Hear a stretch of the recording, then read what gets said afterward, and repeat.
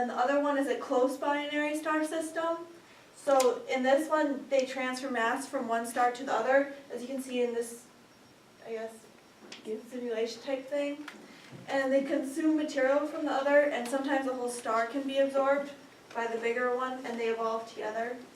And then this is Beta Lyrae, and this is one of the closest ones to our solar system. And this is what its actual orbital period looks like. So again, this is what a Y binary star system looks like compared to a close binary system. Okay. Again, Sirius's star system is just an example of what a close binary star system is, as you can see there. And then this was their first quadruple star system that they had found. Like, this was the first one that we had found. And then this is a photo. It doesn't look really great on the screen here, but of what it would look like on a planet seeing 4 stars in your system and how they rotate around each other, and then those 2 rotate around each other. So. And then this one, when you look at the Big Dipper's handle, and at the end there's actually 2 stars there, like they look like 2 stars, but actually the brighter light is 4 stars, like in a solar system, and then this is a complete different solar system, but it just looks like they're close to each other, but they're an actual binary star system when you look at the Big Dipper. And then I just figured this out today, like I saw this because I thought it was relevant to what we were learning about. But this is the Illuminus project, and it's starting up in 2020. They'll have a documentary coming out soon about it. We'll watch a trailer on it real quick. But it's a red nova, where a binary star system where 2 stars collide and become one.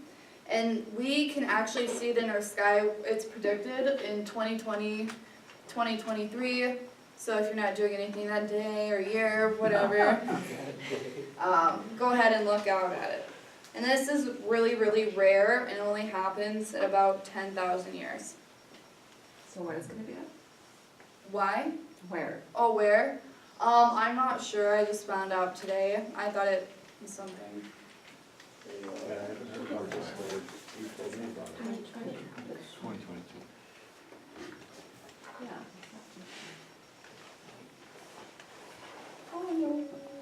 No one has ever seen a star go into this kind of explosion. I don't know what's going on. No one This makes me sad. has ever seen. Can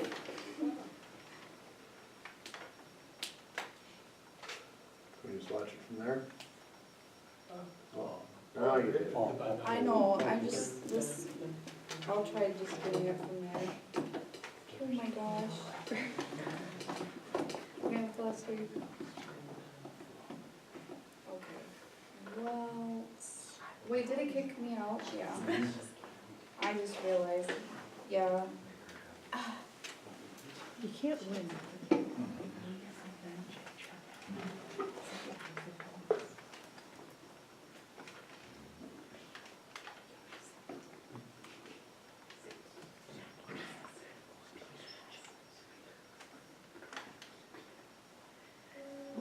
No one has ever seen a star go into this kind of explosion. No other situation has come up, or any astronomer has ever been able to see this is a star about to blow up. This was the first time in the history of science that anybody was going to do this. If the star can completely merge, it can release as much energy as the sun would release in its entire lifetime. It's only a 1 in a billion chance that you'll ever see it when it's actually exploding. Calvin owns this telescope in New Mexico, one of the few in the world that runs the way it does. So we're here in New Mexico, the land of enchantment, by the way, in case you haven't noticed. If we see this star blow up, we're going to see what happened 1,000 years ago with our modern cameras. It's a great thing to be able to do this research with other people who are excited about it. We really shouldn't have found the next star that is going to blow up, and it's about 5 years away. So suddenly we realize we're on a timeline here. I'm doing this high-risk, high-gain project. I don't know really whether it will blow up or not. What I want to know is the truth.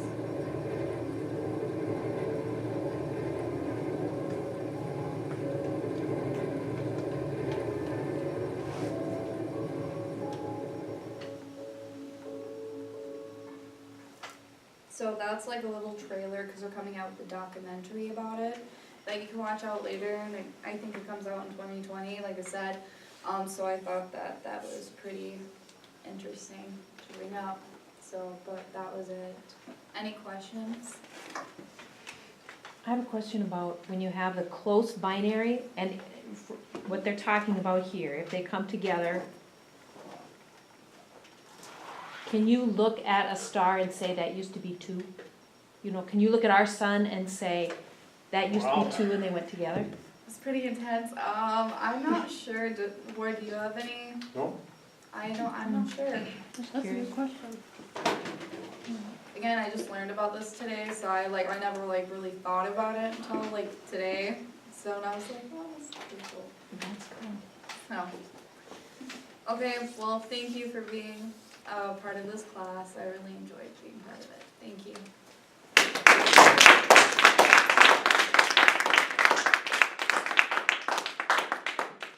All right.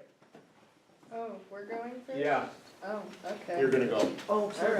I I was yeah. prepared for you to go first. That's all right. No, I want Mr. Burr to have his shot, and then if we have time, we'll come back to me. So we were gonna do, we have dark matter, dark energy, and the end of the universe. The dark matter and the end of the universe folks weren't gonna show up tonight, so I was gonna do that one. But I want you guys to have a chance, and then Mr. Burr's got some stuff I think that we could value and get some from also. So we'll just let these two talk about dark energy and Okay, so, well, this was supposed to be a follow-up after dark matter, but we're doing dark energy, which is pretty mysterious. If you remember, I also did a little tidbit on black holes. This is even more mysterious. So, dark energy is thought to make up about 70%.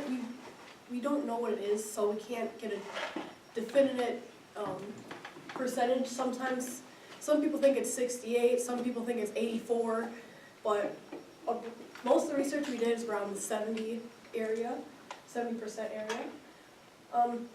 It's the opposite of dark matter, which is, there's something mysterious holds the galaxies together. When we look at how the galaxies spin, the outer stars are spinning as fast as the inner stars, which when you look at like planetary systems, the outer planets have to travel slower. And so something is allowing the stars to be traveling that fast and still maintain galactic shape. So we call that dark matter. It doesn't emit radiation, it doesn't reflect radiation, but there's something there that holds the galaxies together. And then dark energy is the opposite of that, which is trying to... yeah, so it's believed to be helping the universe expand even further than it already is. And we have a little bit of, well, quote-unquote, evidence.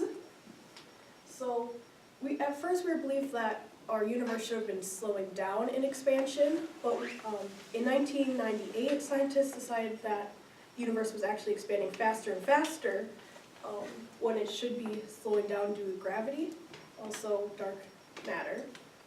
And then there's this thing called the Dark Energy Survey, which is designed to probe the origin of acceleration from the universe. So this is a really great picture from here, but this is pretty much the start of everything. And we can use the, sorry, I'm all over the place, where's the stick? First time using this. So, this is the start of everything, and we can use the DES to go back and see the Dark Ages, which is before like stars are forming and where everything's like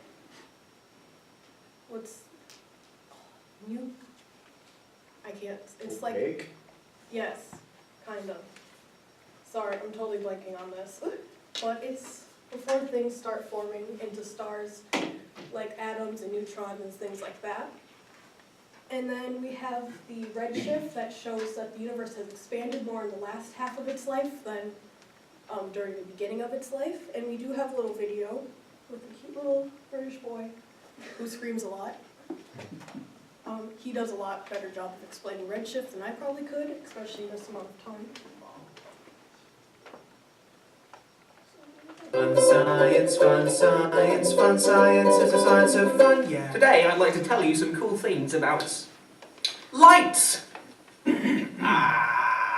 Now, as I'm sure you're aware, the speed of light is 299,792,458 meters per second, which is pretty bloomin' fast. To give you an idea as to how fast that actually is, it would take a beam of light 1.255 seconds to travel from the Earth to the Moon. The speed of sound is only 340 meters per second, which is still pretty fast, even though, thanks to science, humans have managed to go faster than that. But if you want to go faster than light, then sorry, you can't. It's not possible. It's theoretically possible that we could one day travel very, very nearly almost as fast as light, but to go faster than that's... no, sorry. Now, before I can tell you about all of the really cool stuff that comes with light and the speed of light, I have to tell you about this other thing called the Doppler effect, which is still really interesting, so, don't leave just yet. The Doppler effect is the change that you notice in the frequency of a wave when the source of that wave is moving relative to you. For example, imagine that you're sitting by a canal enjoying the lovely British weather when suddenly...